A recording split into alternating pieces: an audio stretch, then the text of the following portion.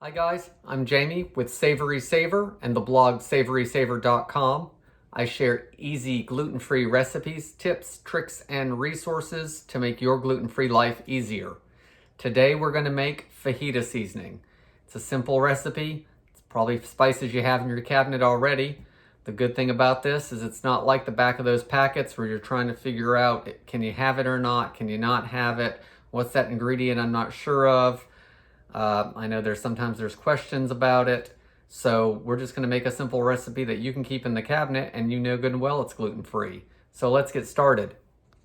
Okay guys, let's get this recipe together and get you on your way. So we're going to start for our fajita seasoning with a tablespoon of chili powder. This is just that blend of chili powder that you get at the store that's marked chili powder. It's nothing special, it's a blend of chilies. Get the kind that you like. After that, we're going to add 2 teaspoons of cumin.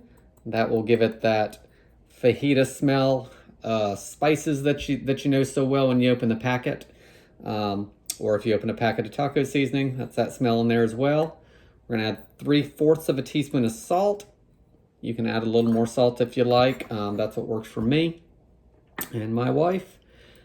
We're going to add 1/2 of a teaspoon of garlic powder, 1/2 of a teaspoon of onion powder,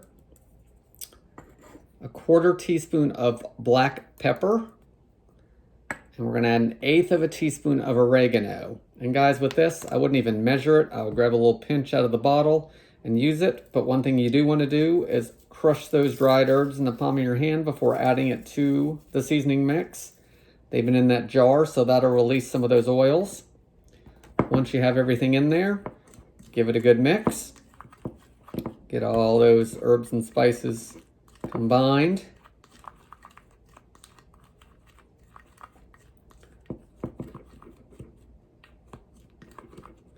Now, if you're making this recipe right away, you don't need to worry about it.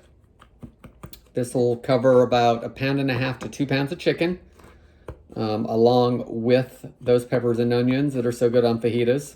So that'll be enough to cover all of that. If you are going to store it, get yourself a small mason jar or small Ziploc bag or other food container that's airtight if you have it. Store it in the container until you're ready to use and you're all set with it. If you want to use this as taco seasoning, I would recommend using it for about 1.5 pounds of ground beef. Once it's ready, add this to your ground beef along with probably 3/4 of a cup of water and simmer it until it's as thick as you'd like. Remember, there's no binders in this, there's no thickeners in it, so you want to boil off most of that water, but that'll let all those spices bloom if you're doing it with ground beef for tacos. Guys, that's how easy it is to make your own fajita seasoning at home. I hope you give this recipe a try. I'll link in the description down below to the printable version of the recipe in case you want to make it at home for yourself. I hope you give this recipe a try and leave a comment if you do and let me know what you think. Love to hear from you.